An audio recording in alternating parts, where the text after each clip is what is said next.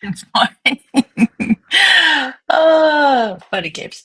Good morning, good evening, good afternoon, wherever you are watching from. Off to a little bit of a late start today, but that's okay.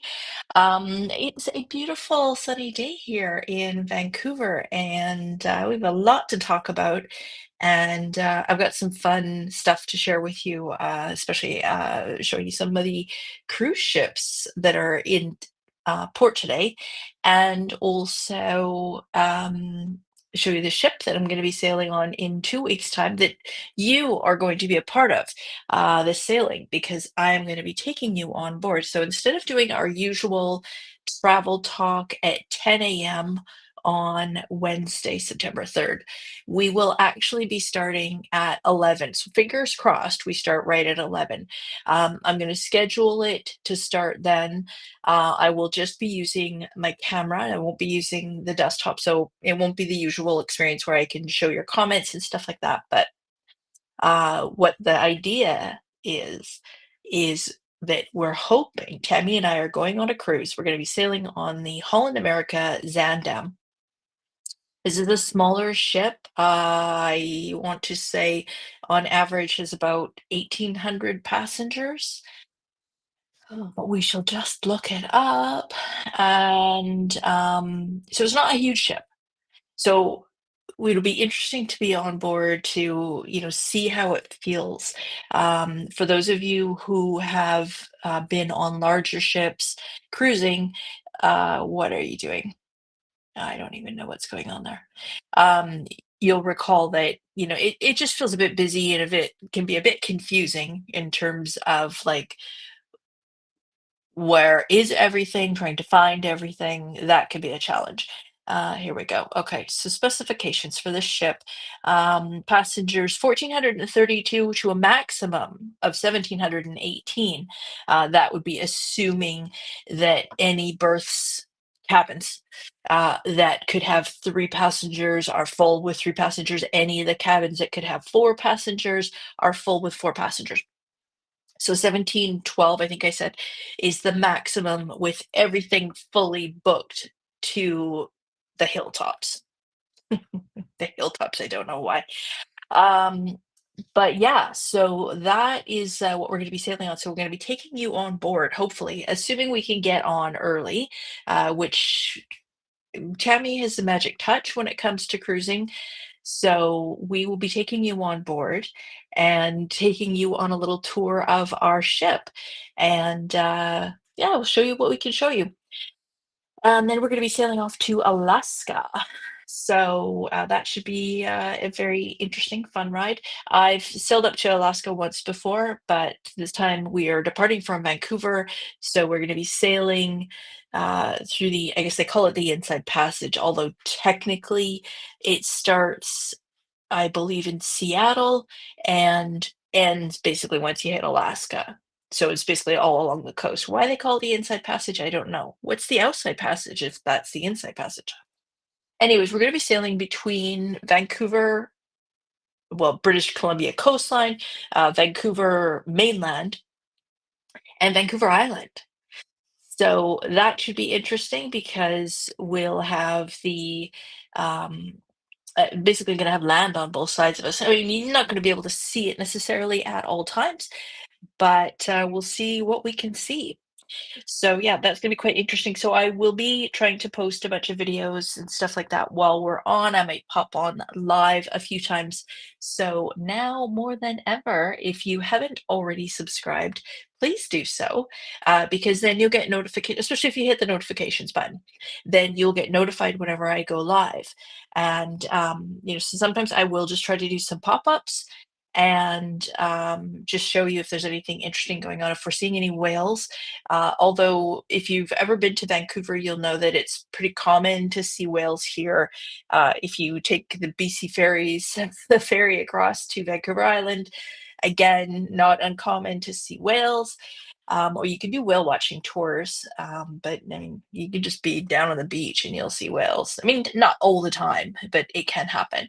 And yeah, so and yeah, and maybe when we're in port, if we see anything interesting, we'll pop on live and Show you what we show you. Hello, Jane. Good morning. So yeah, that's happening. And the other super exciting news is that I've just finished booking a trip to Cancun, and that is for late October and into November. I've actually never been. I don't know. I've never been in Mexico before for Dia de los Muertos, which is their Halloween. It's not, it's actually a celebration of um, loved ones who have passed away. And so they do little shrines and tributes and stuff like that. And it's meant to sort of uh, be like they would have a little thing and they would put the person's favorite food and that kind of thing. So it's a nice little tribute. And like I said, I've never been there for that before. I am going to be staying at the Rio Palace Kukulkan. So that you'll recall just in the last year and a half, opened up to Canadians. It was originally marketed only to the US market. Why? Why would a company or a resort restrict its potential visitors? That I don't know. I don't know what the logic was. If you don't, let me know. But it makes zero sense to me. Um, but yeah, so booked to stay at the Ryu Palace Kukulkan. So excited to see that. They're known for having the Ryu parties, and we have exchange privileges with all the properties in the area. So we'll be checking out some of those. So that'll be kind of fun. Like you're in Cancun, but you want to see maybe a different section of Cancun or a different area of Cancun where you could go, you could do some shopping or whatever. And then if you're like, I'm hungry, then you could go to these other resorts. Now that it says in the details of the resort that this is only would be the buffet lunches. But we know that that's not the case in Cabo, because in Cabo, you could do the buffet breakfast, lunch, or dinner. So we shall see. In Punta Cana, that was not the case. In Aruba, that was not the case. So where there are multiple not co-located, but multiple resorts, we shall see. So stick around for that. Also, going to be going to the brand new Secrets Mirabelle. Yes, I am booked. Super excited about that. You'll recall that was the former, now Emerald Resort, and we'll see what that looks like. Oh, Christine, hello, Christine.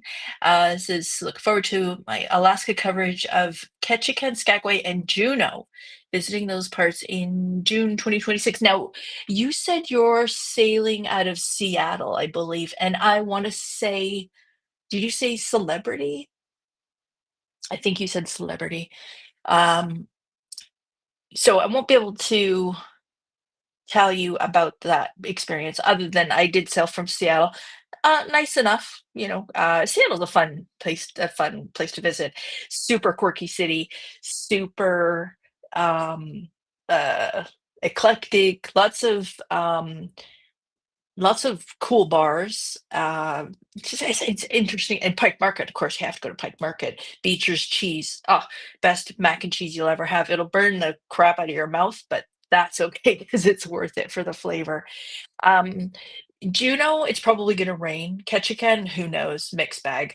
Juneau, we're planning on doing the tram up to the top. At least that's what I think. But stick around later today. We're going to be talking about some thrill rides. So I don't know. We'll see if it's going to happen or not.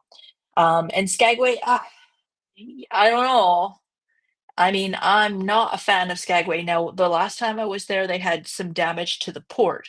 So I forget why, whether it was a rock slide or something had happened. But anyways, we had to take a bus into Skagway, and by the time we got there, it was like, this is it. Other people I know love it. They would live there in a heartbeat. But it just wasn't my cup of tea. But we'll see. But yeah, I'll Yeah, why not? I'll go live from each place. We're sad because there's only gonna be a couple of places where we can watch for peer runners, the people that are, like, lollygagging, or they lose track of time, or they didn't un weren't aware there's a time difference, and they're running to get on board the ship before it leaves. Um, but we'll see what we can do with that. Yes, Celebrity Ed oh, the Edge. Nice, nice, nice. Now, I think that one's a pretty big ship, and that would be why it can't come into Vancouver because it can't clear under the Lionsgate Bridge. So, yeah. Hello, Louise. How are you today? Secrets Maribel, so jealous. Yeah, pricey, pricey for sure. But yeah, I'm excited. Not going to be there for very long.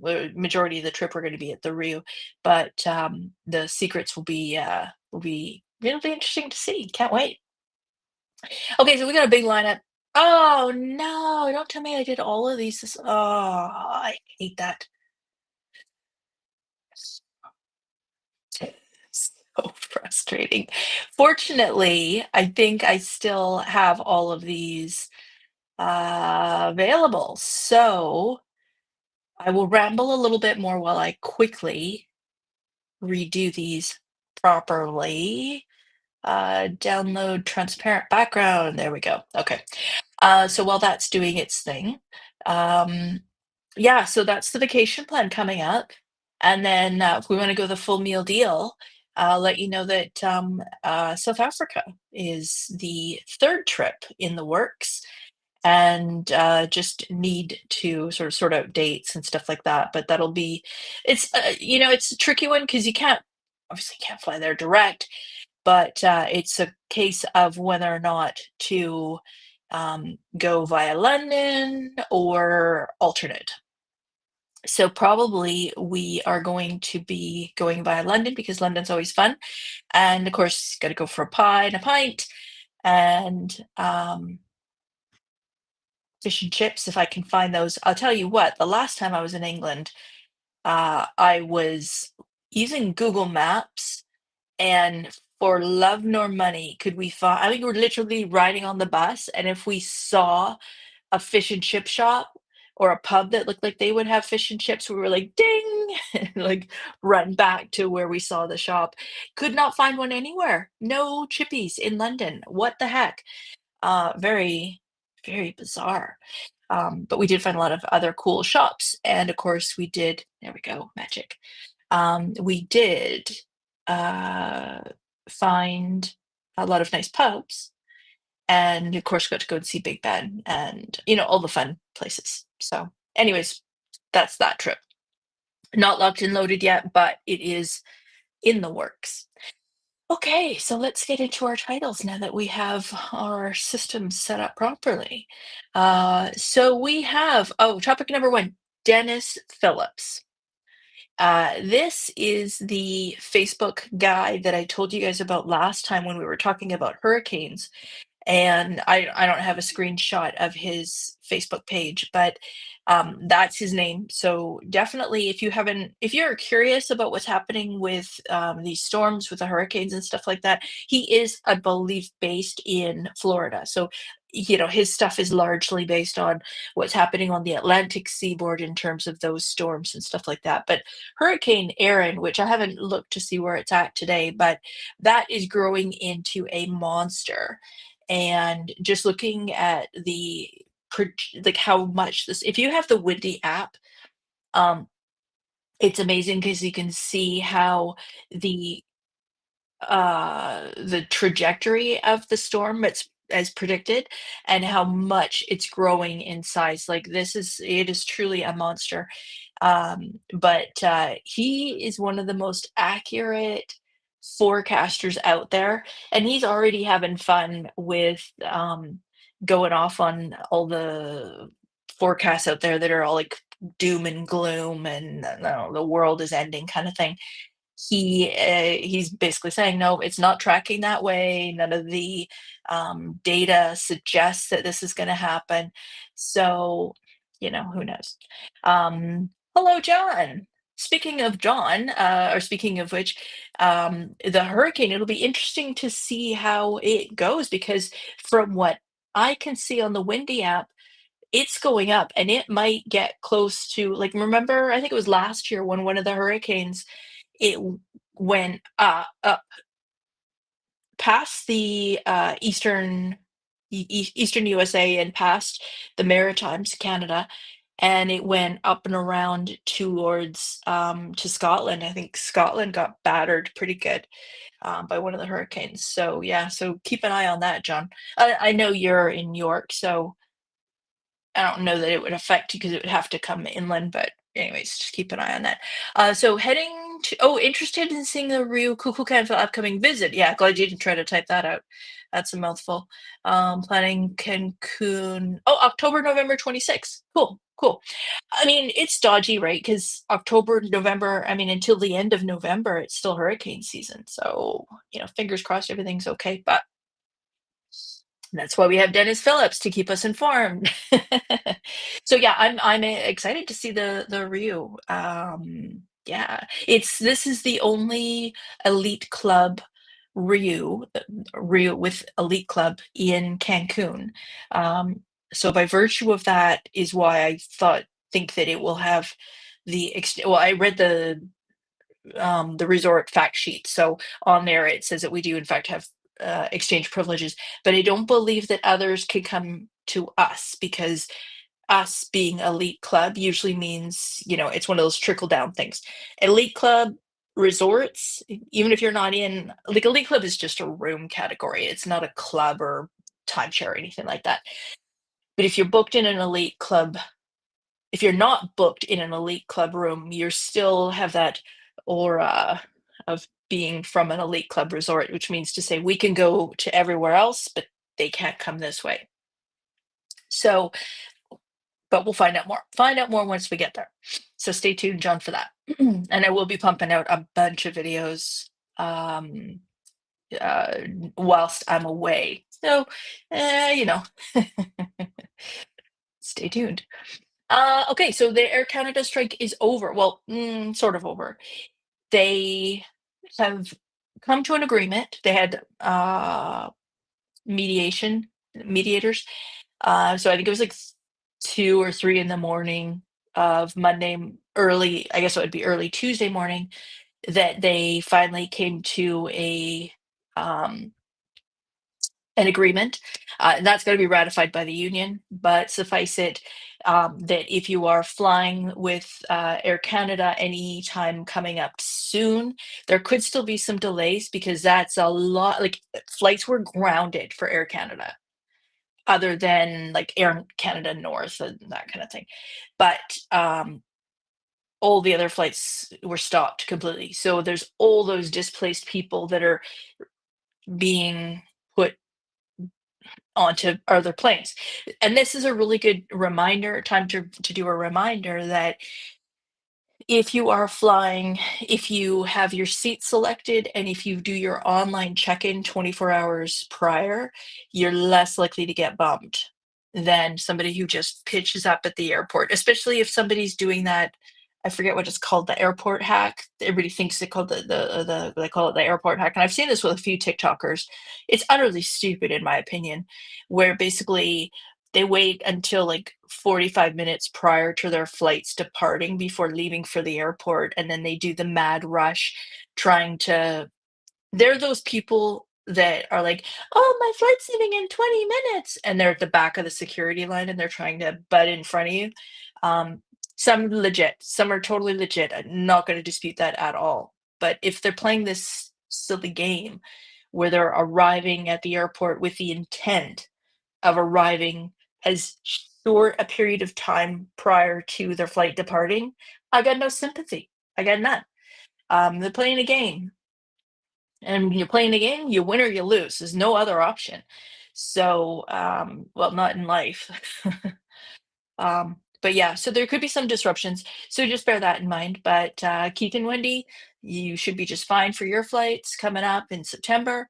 So yeah, good news. Good news that that's done. But they got a whacking huge increase. So the number that was bandied about was 38%, 38% increase.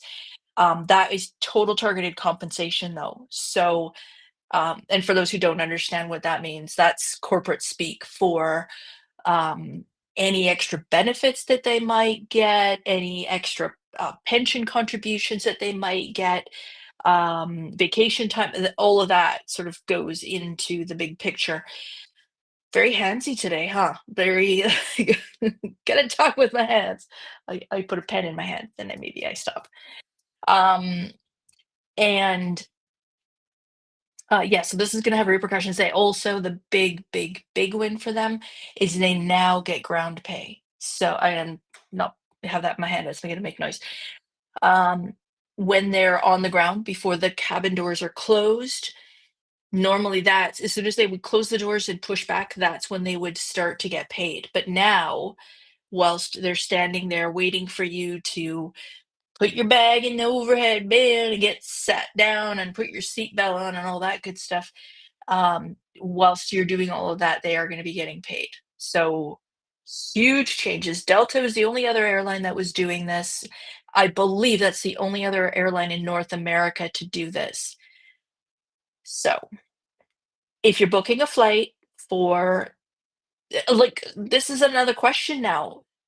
When you're going to book a flight, do you take into consideration schedules, price, the airline? I mean, there's some airlines that we all love to hate. So if you're not going to fly Air Canada on principle or United on principle or Alaska on principle because you hate them, then that could be a factor. But now is another factor that you should check when contract negotiations are coming up. The last Air Canada contract was 10 years. It was a 10-year agreement. I don't know how long this term is, but for the sake of everyone traveling, let's hope it's long. Um, but remember, so Delta and Air Canada, the only two that are paying for groundwork now. United, Alaska, WestJet, um, like Spirit's around anymore. I can't. My mind goes blank with other airlines in North America. This will be a factor. Mark my words. The next time they go up for contract negotiations, the bar's been set and it's high, so they're going to go there. So, yeah, bear that in mind. Bear that in mind if you're planning on booking trips anytime soon. Now, I think, well, I just booked Cancun. Did I make a mistake there? I don't know. I don't know. Anyways. Oh, this is a fun one. Where are we at? The next topic. Uh, a Mexican canal. I just read about this. So the the one of the guys who was the co-founder of Xcaret, so that's the uh I wouldn't call it a fun park necessarily. It's like a nature park, an attraction in Cancun, Mayan Riviera. Uh, the guy one of the co-founders of that park, the guy, and his last name is Quintana Pali, I think, which is interesting. There must be obviously some uh, tie to the area, having a last name Quintana something, whatever it is. Quintana Roo being the state where it's all located. But anyways, Xcaret started as a hotel and theme park or theme park attraction. And now, of course, it's expanded. There's Extreme, which is or Mextreme, which is the zip lines. There's Shellha. There's all kinds of stuff. Anyways, long story longer, this guy has proposed $218 billion is what he is proposing to spend on building a new canal coast to coast, but through Mexico. Um, where's my notes on this? Why am I not even looking at that? Um, yeah, it's pretty amazing actually because it is going to go from Oaxaca to Veracruz. It's going to be 240 kilometers long. And you can work that out, whatever, if you don't know in miles, and 200 meters wide. So it'll be wider than the Panama Canal. And then, considering the issues that they've had with droughts and stuff like that in the Panama Canal, where it's, it's being a challenge for some ships to get through. Also, if the ship is going from US coast to US coast, I mean, yeah, they could drive across the USA, but if it's a massive amount of product, it's, you can put one carton on a semi trailer towed across Canada, across USA, or you could put however many hundreds on a tanker and send it across. So if something's got to go from East Coast USA to West Coast USA, or vice versa, then this is huge. They reckon it's going to cut down the because of the shorter distance. Instead of having to go all the way down to the Panama Canal and cross over, it just goes down to Mexico and then crosses over. They reckon that's going to save them 2 days worth of travel time, 2 full days for shipping. That's huge. And obviously, then less costs involved because uh, shorter time means you don't have to pay for as much of wages of people just sitting on the boat, sitting on the boat sailing. Clearly, this is not what they do. My verbiage isn't great today, but you're less labor costs because it's less time, the less fuel costs, all that kind of stuff. So it's an interesting development. President Scheinbaum was traveling through that area of Mexico. This is traveling through there this week. I haven't heard if she stopped in Xcaret or not, and I think that's the telling sign. If she does go and visit the parks, and she's not scheduled to, but if she does, that's probably a nod to the project. So, who knows? It'll be interesting. They are well aware that they are gonna be displacing communities and, the whole environmental, concerns, they're present. But the idea is that this could be such a huge economic opportunity, that, the towns that are sort of in the middle along the line of where this canal would be, the towns that aren't flourishing would all of a sudden be potentially flourishing. So, who knows from that? Oh, I did not even think about that. That would, well, I mean, they go through the Panama Canal. Um, there was something I saw. I did see the numbers, and I don't recall this, of how many ships go through the Panama Canal. But obviously, there's a backlog. Like, it's a lot of ships trying to get through one small canal. I mean, remember what happened with the Suez Canal when that the Evergreen ship, uh, you had one job to do, and they went aground, and then that basically blocked the whole area, and so shipping was delayed around the world. That would be cool. I mean, this is a 15-year project, I believe. Um, that's a cool idea. Yeah, I mean, why would they not? Surely they would put cruise ships through there. That would be, yeah, okay, okay, okay. Yeah, and there would be obviously have to be stops, like 240 kilometers. They're going to have stops along the way. So that's interesting. That could mean, again, opening up a whole new segment of Mexico for vacationing. Oh, oh, oh, this is exciting. Ah, well, we shall see. Well, yeah, we'll see what happens, right? If they approve it, potential. If they don't, yeah, back to the drawing board. But that's an interesting idea. Wow. Good on you for bringing it up. I don't know where my head was at. Okay, moving on to locations. So sometimes, you can get your heart pumping on vacation, because something goes wrong, like, you book the wrong dates for your hotel and you arrive and you don't have a reservation when you thought you did. Yes, that's happened to me. Cabo, February 2024. There's a video on it. You want to hear what an idiot I am? Could be a laugh. Um, kind of on equal par as we went to Cancun, and we blindly got on the Mayan train.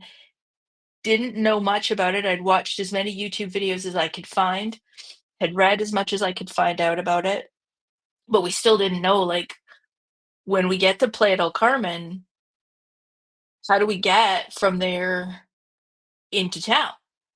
Or do we get there and we're in the middle of nowhere and we've got no transportation, and because we're not residents, we don't have a vehicle waiting there or friends ready to pick us up. So then we just turn around and ride back to Cancun. I don't know.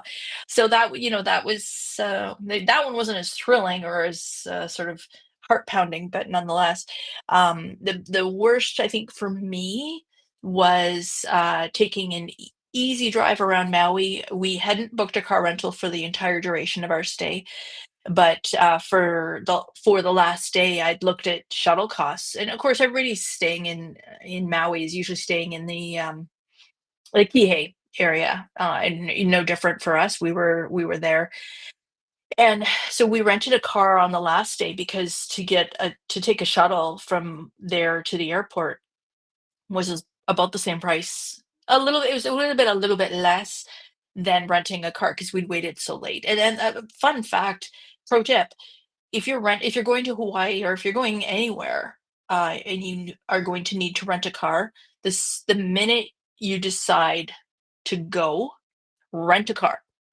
Look through there's the top 5 agencies.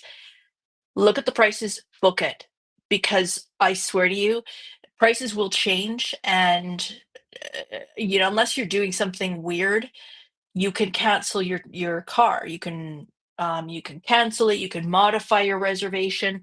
Um, I mean, of course, make sure it's not a non-refundable booking.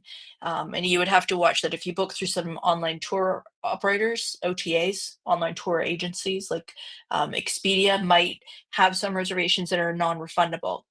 Same with if you're using those other ones like all the ones that they advertise on TV, Kayak or hotels.com, whatever. I mean, they're all the same thing. But because that's not the end, it's like going through somebody to book a cruise or going through somebody to book a hotel. They could impose restrictions that the end product doesn't have. But yeah, you can rent a car and usually have it be refundable. Anyway, so long story longer again. How else would I fill up an hour? Um, we decided we were going to rent a car and we are going to drive around a bit. And so and this was a 2-part vacation. We'd spent about a week in Honolulu and did the same thing, rented a car, drove around a little bit. And then when we flew over to Maui. And before we were going home that last day, we packed up all our stuff and we drove around. So, went up to Kaanapali and all that kind of great stuff. And beautiful Kihei. Well, Kihei is where we stayed, and then Kaanapali and the where the banyan tree is, where they had the big fire, Lahaina, I think. Beautiful. Would have loved to have spent more time there. Um, but next time, right? But we did a lot of driving around. I'd paid for something. It was called Gypsy Guides. It used to be called, probably inappropriate wording. Now it's called, but it was GPS, G small y P S GPS was kind of where they got the name on it. So you can see that where they were coming from, a non-nefarious place. And it was called Guide Along Now. Really, really good guides. And it is, as they say, GPS. So you plug your phone into the car and it connects to the radio, or you can have it powered up. And then it just takes the geo data. So whenever you come to something interesting, all of a sudden this voice appears. And and this guy is pretty funny actually. And he's like, so you're driving along, and if you want to see up on the left, there's a really great lookout spot. You can see all the surfers. It's a really great spot for photos. So this is in about another couple of minutes drive. So you don't want to be in the left-hand lane if you're going to go and see this, because you're going to cross traffic in order to go to the parking spot. If you don't, carry on in the right-hand lane, and our next stop is going to be blah, blah, blah. And then sometimes there's nothing to see. So he just comes on and he's like, "Hey, so you've heard of the shaka, where you kind of are, you do like this, whatever." He's like, "Did you know where it came from? Well, let me explain, blah, blah, blah." It's really, really good. And so we started driving around, and we were driving clockwise. So we came from Kihei. Actually, we went down to the southern posh, really posh, expensive area. Saw some beaches down there. Parked in the mall where you pay for parking in Hawaii, at every mall. It's a absolutely bizarre thing, in my opinion. Uh, Anyways, we drive up to Lahaina and Kanapali, and then we carry on. And he's like, "Yeah, yeah, yeah, you can keep going along this road, da, da, da," and then it'll come around and it'll eventually end up into to get you to the airport. Great, let's go sightseeing. Well, what they didn't explain is this road goes from being a highway to like 2 lanes to like 1 lane, cliffside. And I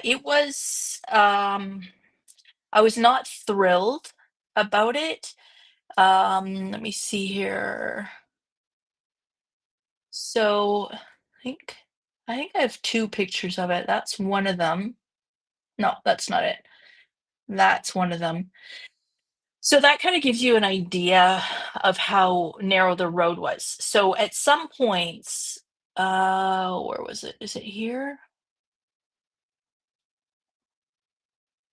So that's kind of what it looks like. This gives you a better sense of the steepness of it, but it's so narrow that in some places it's only wide enough for one vehicle. So you would kind of come around this blind corner, and there's a vehicle coming towards you. They're using up almost every inch of the road. You're using up every inch of the road, and you're head to head. One of you has to back up to wherever is a spot that is wide enough for the other one to pass. Uh, and I'm actually in retrospect a firm believer that the more of these type of uh, things that happen where you are like at the edge of yourself, like you are scared and in such like full anxiety mode. And I think the more that things like that happen, the more that little things start to trigger you. Like I feel claustrophobic now, and I never really used to. Um, and I don't know, maybe it's things like that that you have so many triggers that all of a sudden it's like, uh, anyways, I mean, we made it through. There's no incidents or anything like that. But had I known what to expect,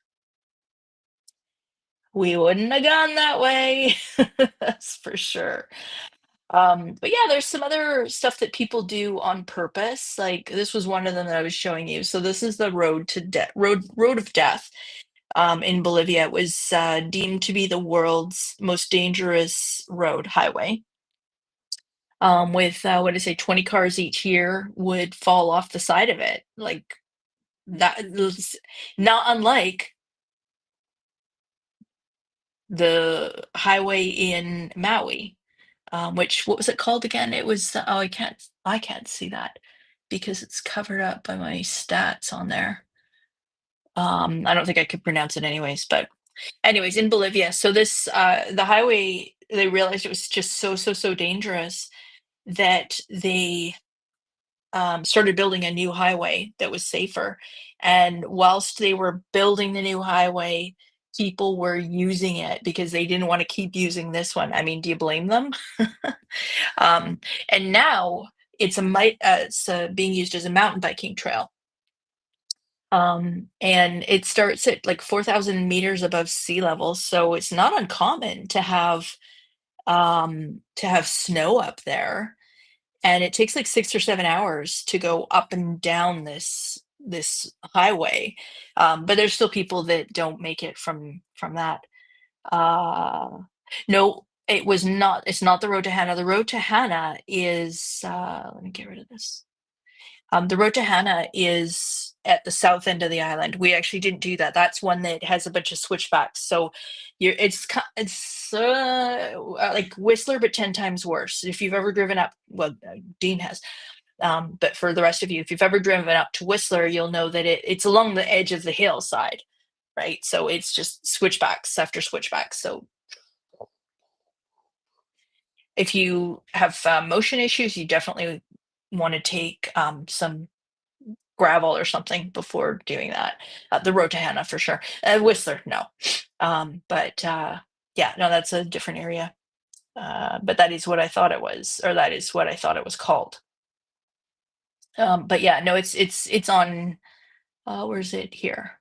Uh, there, you can see that on the top left. That is the name of that highway in Maui that should be avoided. Some people love this stuff though. So I was reading about this one. You've probably seen this before. This is the Mount Huishan, the plank walk in China. It's only about 300 feet long or something, or it's a very short distance. But nonetheless, there's people that they see things like this and they're like, yeah, I have to do that. Not me. Let me know, Angelo, if you're watching today. Probably that's you. Christine, I don't know about you. Sammy, I think not. Me, definitely not. Hard no. But there's some interesting blogs on there, and the one that I was reading, yeah, about this yesterday, and the person saw a picture of this. They were like, "Yeah, I have to do that," and so they get to where this thing starts, and they give them a harness, and it's like not a great harness, but it's some like military Chinese military person who has the harness, and they're handing him out as mandatory. But like as the person says, it covers your upper body. Like, is it really gonna, save you in a dangerous situation?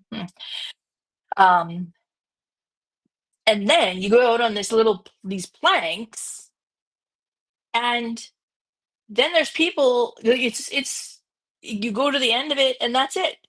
And then guess what? Then you come back. So there's people that are going on this thing and they realize no can do. So they start heading back, but then you got to go around them if you want to keep, or they've got to go right. Like, so you're holding on to this chain. That's it. You're holding on to that chain while somebody is like, squishing in behind you or in front of you. Like, I don't know. I think no for me. What do you guys think? Christine, hard no. Held to the no, yeah. Bojangles, hey Bojangles, how are you doing, Linda? Absolutely not. Yeah. No, no, no. Apparently that's a Canadian thing that we say that. Yeah, no. And apparently nobody else says that. Like Americans don't say that. Christine, let me know if you've heard that before. Um, John, is that a British expression? Or is it just something that we do as Canadians? Um, yeah, no, that's very cool. I don't even think about it. And this is another one. This is, oh, slide over. This is one you can do here in Canada, in Alberta. This is climbing waterfalls. So it's got to be like -9 degrees, apparently. It's in this, it's got to be in this right temperature range where you can climb the ice. It's not so cold that the ice is brittle and it'll just like break off, but also not so um not too warm that it's going to start melting. Like it's a waterfall. You're climbing a waterfall. I don't know. Again, like strapping on some crampons and getting a pickaxe and like hacking your way up to the top. But some people love this. If you want to do this, this is something you can sign up for. It is very much available for thrill rides. Um, oh, we're running out of time. Um, so yeah, but those are definitely things you can do. I was going to include swimming with the whale. No, swimming with the whale sharks. I think it is. Is cage swimming in a cage, which you used to be able to do in South Africa. But the what is the one of the whales are the orcas, I think, are eating these sharks. So they're kind of stopping doing the cage diving anymore. So yeah. Uh Going to Portugal, nice. More relaxing, yeah. Yeah, Canadian thing. Okay, so yeah, no. Yeah, no, it's a Canadian thing. Very bizarre. I saw that on a YouTube video once. And it's interesting when, of course, you don't ever think of yourself as having an accent unless you do. Um, and by that I mean if you're an expat or something and you've moved to a new country, so clearly you're not speaking like the locals are speaking. But yeah, hearing different colloquialisms, I guess that's what they are, catchphrases that other people don't use is always kind of interesting. So, anyways, I just thought those were kind of interesting thrill vacations that people can do. Like I said, if you are interested in doing the ice climbing, there are several companies, and this is in sort of Banff, Jasper, Canmore area. But that's where that can happen, or where you can do that. You can also walk on glaciers. You don't need to go to Mendenhall Glacier on like Alaska cruises. You don't need to go there in order to see glaciers. You can do this right in Alberta. So there you go. Okay, vacation triggers. So this is we've talked about this before, and I did post about this morning. So I recently did a video about a new resort opening, and I mean, full disclosure is the Bahia. It used to be the Grand Bahia Principe complex. But then they decided that no, no, no, they should be the Bahia Principe Grand complex. Why do these resorts keep changing their name? One reason that a resort which shall remain nameless did it in the past is because they had exceptionally bad reviews. They opened before they should have, then they had to close again. Tammy, you'll know who I'm talking about. Anyways, and then they reopened and they changed the name. And the reason they changed the name is because when they'd opened too soon, everybody tried telling them they'd opened too soon. Things weren't ready. It didn't look like it should be open. Like they didn't have any of the decor and plants and artwork and stuff like that. And the staff weren't trained well enough, and it's just not good. And so they changed the name. So then when you look for TripAdvisor reviews, it's a new resort, and I'm as guilty of it as anyone, right? Like saying a new resort's opening. Well, the new resort was the Bahia Principe Grand Tequila, which isn't a new build per se, and it's not uncommon for resorts to take an existing property and redo it. Like Dreams Sands, Cancun used to be the Oasis something or other. And they took the bones of the resort, redid it, blah, blah, blah. Same thing with Now Emerald, tear half of it down, rebuild, build new, add, and now it's called Secrets Mirabelle. Um, but one of the things with these budget properties is that a lot of times they get really snooty about their restaurant restrictions. And so all of a sudden it's like, okay, well, yeah, they have one restaurant that is, or they've got restaurants that are like theme restaurants, also known as a la carte, also known as not a buffet. And they'll say, well, okay, yes, you can have these dinners, but you're only allowed to have three per week. And you need to make dinner reservations, and we require ladies have to wear proper sandals, like not walking sandals, like proper sandals. Um, Men have to wear long pants, closed-toed shoes, all of this kind of stuff. Even if it's an outdoor restaurant with no air conditioning, like I I would just and feel bad, and it's honestly, it's the same as being on a cruise ship where they're expecting guys to wear, like, a suit and tie and all that kinda stuff, like, it's just a meal. I don't know, maybe this is me because I'm Canadian, specifically West Coast Canadian, where we're very relaxed, like eh, going out for a fancy dinner, you're gonna see someone in their Lulus. It's West Coast, I guess. I don't know. Um, just more relaxed about things. But anyways, that's one that bothers me. I don't know what you guys think. We've talked about this before. People playing their music, playing their like bringing a speaker to the pool and playing their music while the resort music is playing. So, um, and I just actually recorded a video on this yesterday, which will be coming out this weekend. Talking about like, so you got one guy 2 seats over from you on the lounger who's playing his music, and he likes country. Great, fill your boots. And then you got somebody chairs over this way, and they really like, heavy metal kind of Ozzy Osbourne type music. Rest in peace. Um, and then that combined is just making noise. And then I got somebody sitting behind me playing best hits of the 80s, which quite frankly, in my opinion, could be louder because it would drown out the other two. I'm okay with it because I like my 80s music. But at the same time, like it just becomes noise. So I don't know. To me, that would like if and I'm not going to make a big thing, so I would probably just leave that pool and go to a different pool. This is one Tammy and I've seen, um, sitting at an adult only pool. So we go to get a drink and we're gonna go down by the pool, not in the pool, but by the pool because it wasn't great weather. And there's some woman comes up with her kid who is clearly small person, clearly not an adult, 19 or older. And it's an adult pool.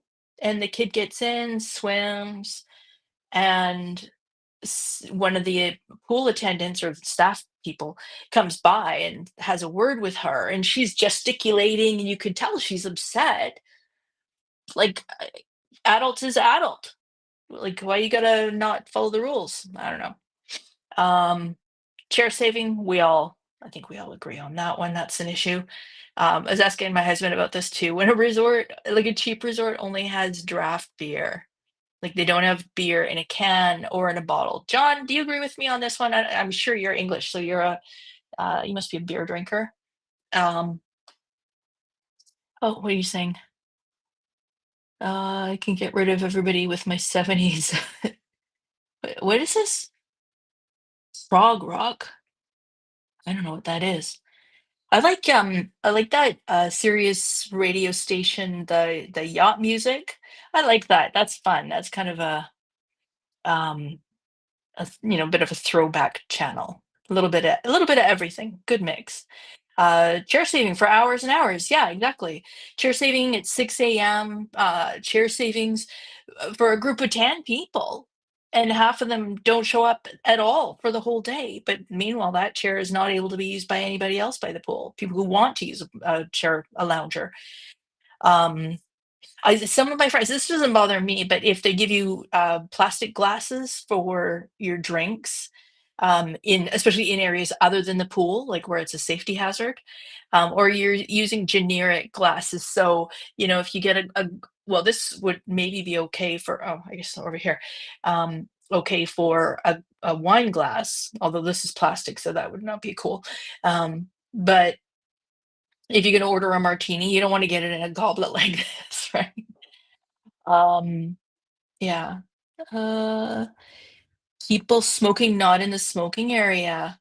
Yeah, that's another one for sure, for sure. And then also, here's another one. Like, if you're staying at a resort, like a Dreams or Secrets, where they've got a towel program where you can get a fresh one as often as you need to, then bust your table. Like at the end of the day, when you're leaving the pool, take your towel and put it in the bin so that everybody knows that chair is now free. That's honestly, that's no different than holding a chair for hours and hours, because people respect that maybe somebody's using that chair and not take the towel away. Ah, not cool. Um, okay. And then, okay, now I've got some tech stuff. So this one I wanted to show you. I was looking today to see our ship coming in the Zandam, and I think it's this picture that I wanted to show you first. So this is a really cool YouTube channel, folks. If you are interested in seeing like Vancouver. This camera, this particular angle is set up pretty much throughout the day. You can see this is in the morning. This is the Zandam coming into Canada Place. Sun shining on it just perfectly. This was oh, that was in the middle of the night. I should have done that one first. And then this is that was just before the show. So that this is that's what the if you go to this actual website, Vancouver Port Live at Vancouver Port Live, this is a view that you would see right now. So it's pretty cool. Actually, let me check. Vancouver Port, yeah, that's definitely what it looks like. So it's a cool site. Or a cool channel. It's just a live broadcast. And this is another one, just a different angle altogether. But looking towards the mountains, you can see that bright yellow stuff. That's canola. And that's where the busy port is. So it's pretty cool to see all of the ships coming in, and with this one where you're seeing an angle from this is from North Vancouver looking on to downtown Vancouver, Canada Place with the sails.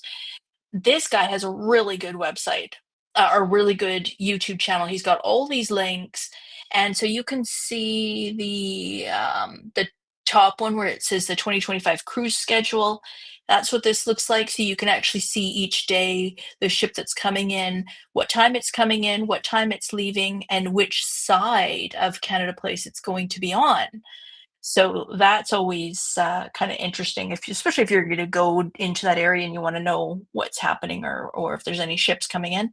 It also shows some of the little ones, like the Silver Moon. I don't even know how small that is, but you can see that's coming in tomorrow from 7 a.m. till 6 p.m.